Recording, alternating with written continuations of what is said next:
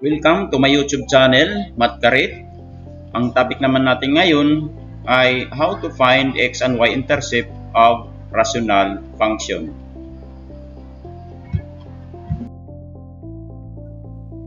Let us discuss the intercept of rational function. An intercept of a rational function is a point where the graph of the rational function intersects the x or y axis. What is the x-intercept of rational function? The x-intercept of a rational function is the x-coordinate of the point where the function crosses the x-axis. Okay, so we have steps in finding the x-intercept of rational function.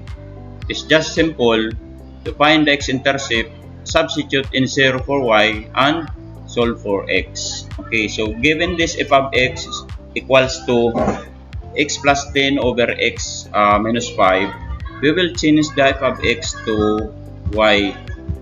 So this becomes y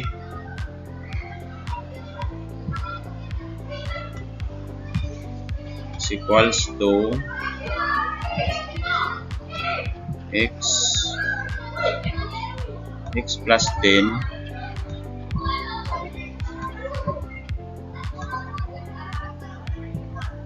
over x minus 5. Okay, then we will substitute this y to 0. This becomes 0 minus makasulat ng 0. Okay, 0 is equals to x plus 10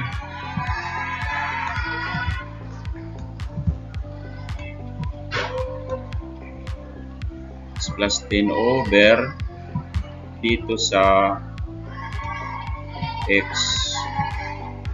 minus 5.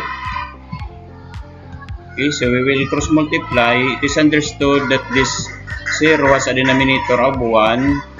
So we will cross multiply. So 1 times x plus 10, that is x plus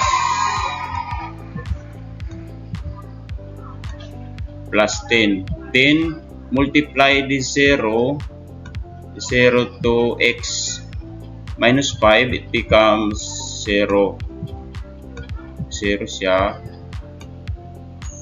Then we will transpose, okay, this positive 10 to the right, so it becomes negative 10. Okay, so that is our value of x, or our x-intercept. Okay, so to write the coordinate, we have negative 10 at ang y naman natin ay 0. Okay, so yun ang paghanap ng x-intercept sa rational function. Okay, so we have also steps in finding the y-intercept of rational function.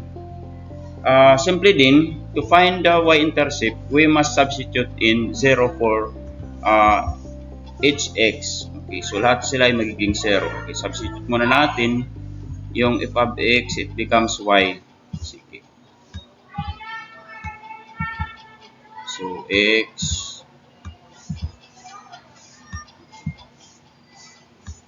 plus 10 ay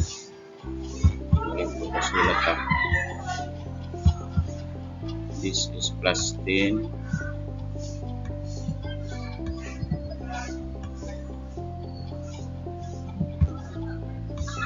over dito sa x minus 5. Okay, so to get the value of y, or y-intercept, we will just substitute x for 0. Okay, so our y would be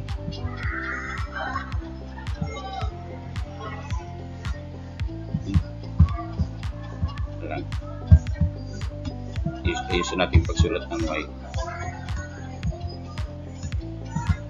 Y is equals to 0 na yung x natin dito. Plus 10. At saka over 0 na rin itong x dito. So minus 5. Okay, so our y would be 10. 0 plus 10 is 10. Then 0 plus negative 5 is negative 5. Is negative 5. Okay, so our y is equals to negative 2. Okay, so yun ang y-intercept natin. So sulat natin yung coordinate. Yung coordinate niya ay of course 0 yung x natin at ang y ay negative 2. Okay, so yun ang pagkuha ng y-intercept. Okay? Sana naintindihan niyo kung paano maghanap o makuha yung x-intercept at y-intercept. Dito lang muna tayo. Salamat sa panonood.